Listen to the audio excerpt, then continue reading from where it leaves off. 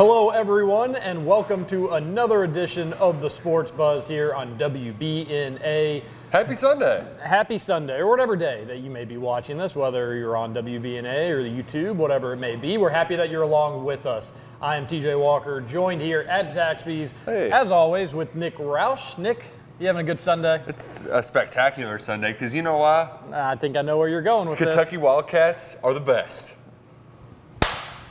They beat the Tennessee Volunteers. First time they've won in Knoxville since 2015. It's a long time, 4 years in a row. And let's tell you, that's a streak that Kentucky basketball isn't used to. They don't normally lose places 4 years in a row. They're usually the ones that are creating the streak, not on the wrong side of them. Nick, let's start with a couple numbers for you. Hit me with the numbers. First off, Kentucky never has won a national championship when they did not win in Knoxville that season. So, congrats on our championship. We did it. It's a great number, too. I like that number. Now, the flip side of that stat is there's been plenty of years that Kentucky has won in Knoxville but did not win the national championship. Causation, however, the 8 times Kentucky has won your national championship, which is second most all time, mind you, they have won in Knoxville. Now, another stat maybe you didn't know. Hit me. Every time John Calipari and the Kentucky Wildcats have won in Knoxville, UK has gone to the Final Four. Final Four, here we come. 2011? Yeah. 2012? 2015? 2014? 2015. Yeah. Boom. Every year that Kentucky has won in Knoxville under John Calipari, they've gone to the Final Four. So what's your favorite part of Atlanta this upcoming March? Or April?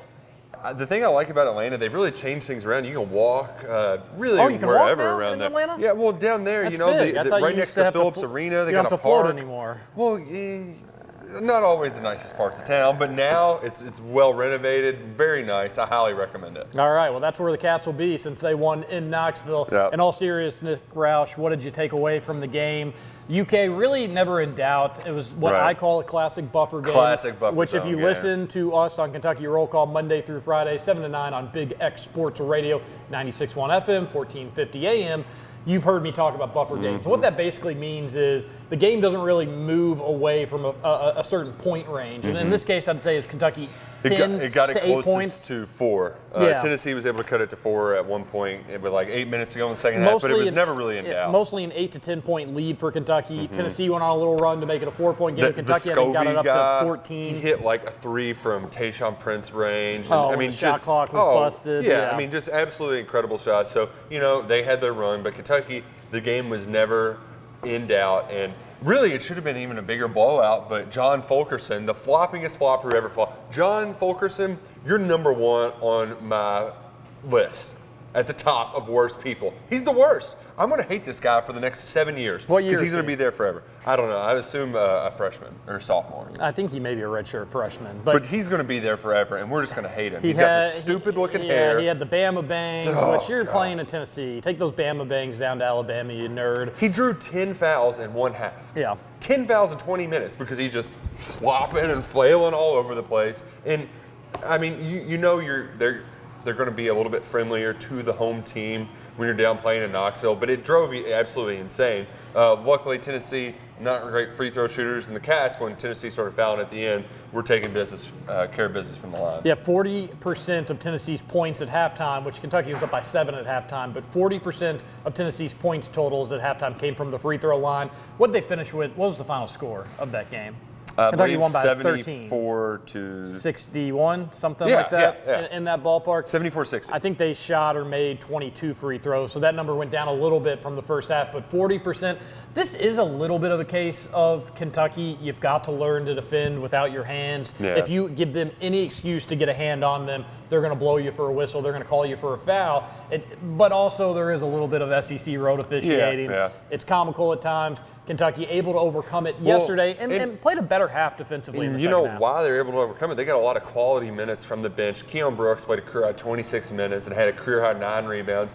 Johnny Juzang, he had a career high, hit all 4 of his shots, including 3 3-pointers, to finish with 13 points. And it was good to see Johnny finally get into a rhythm. His shots have always looked really good, but they just struggle to go in. And yesterday, he finally had that breakout performance. And I think we're ready to see more Johnny Juzang come March. I think if you ask most Kentucky fans, if you survey most of the Big Blue Nation, they would tell you that they would agree that Johnny Juzang's starting to come to life, and that he and what he could become March would make them excited. I would have liked that out of a big like E.J. Montgomery, who had a really great game earlier this week. He did not turn that into 2 great performances, which has been a major issue for him this season. He didn't do the thing where he was like a liability, though. He played good defense. He rebounded. Yeah. I mean, and stat line was not overly impressive, but there's more than stats. Yeah. Keon Brooks stepped up in a little bit of a big way, but we would like to see more consistency from him. poor Nate Cecina couldn't catch a break. Oh, Nate He's just setting screens in there. I thought his matchup against Fulkerson would be ideal, but they were whistling him for every foul possible. And a few of them were fouls, a few of them were not, but I thought that would be a good game for Nate I'm sure Cecina. people have seen the clip of Quickly, too, getting taken out. Yes. Nice little elbow. I mean, it looked like we were at OVW, the elbows that were laying out there. It wasn't an elbow. Oh, it was a shoulder. Yeah, okay. gave him So the you old give shoulder. a little... And then the ref looks down at Quickly as he's in pain. Flailing on the ground. And the ref's like, no, there was nothing there. And they review it. Come and they on. review it and they do nothing. Not only, now I get it, they didn't call a foul on the floor, so you can't go back and say that was a foul. Right. Very clearly was a foul, but obviously an intentional play by the Tennessee player to lower a shoulder in and land the boomstick Well, I mean, it's on like him. he was playing nickel or something across the middle, just trying to light somebody up. Sure. Like it was, come on. All right, Come on. before Nick took us down some paths, I didn't want to go down. Let's get back to the Johnny Juzang. Ooh, Johnny Juzang. Can we get back to the Yeah, let's Juzang get back gang? to the Juzang game. Okay. I love this dude's confidence, Nick Roush. Yeah. And it really, I wish so badly in that game against South Carolina that 3 he took with, about a minute 30 left, where Kentucky really needed a big shot, and he was wide open. It was about 6 seconds into the shot clock, and a lot of Kentucky fans, when he shot it, were saying, no, what are you doing? And then he missed it, so they felt that way anyways. But it took some guts in that situation for a guy who didn't play much, and then remember, this was about a month ago, who has not played much, to come in and take that shot. You're starting to see that confidence pay off, though, because now he's not hesitating on his shooting. Calipari has referenced back to that shot against South Carolina where he says, that impressed me. A lot of people were upset about it. A lot of people thought we should have done offense differently. He's a freshman that hasn't played this much. He's a great shooter. He was wide open. He took the shot. I was really proud of him. You're starting to see this confidence build, and players build off his confidence, Player-driven confidence. You're starting to look like this Kentucky team is starting to gel ever so slightly. We have not seen their best game. No, not even close. But I agree, not all even of the close, by the pieces way. are starting to come together, because you can't just rely on those 4 guys to be the heart You have of the team. the edges of the puzzle done. Let's just start building the inside. And once you get the edges done, the it's inside's the easier. hardest part, though. Oh, I disagree. Once you get the edges, you can work your way but your in. edges, you know what the edge is, though.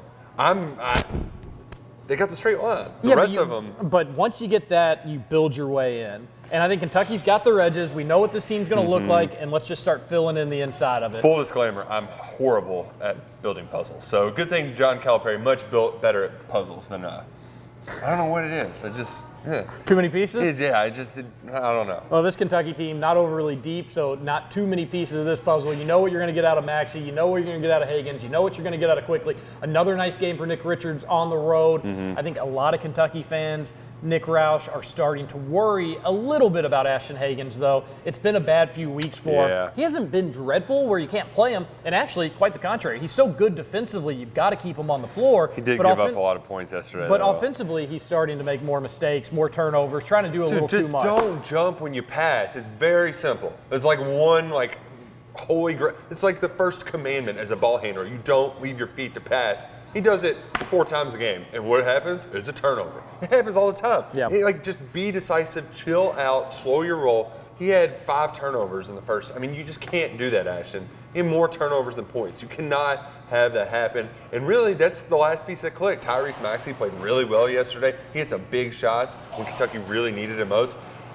Everybody is starting to click. Maybe Ashton, he's just in a funk. Hopefully he's just getting this out of the way, and then he gets back on track here at the end. We'll talk more about the Cats' win in Knoxville in a wild day of college basketball. And hey, what do we think about this wacky XFL? We'll come back. We'll talk about all those from the Zaxby's. This is the Sports Buzz.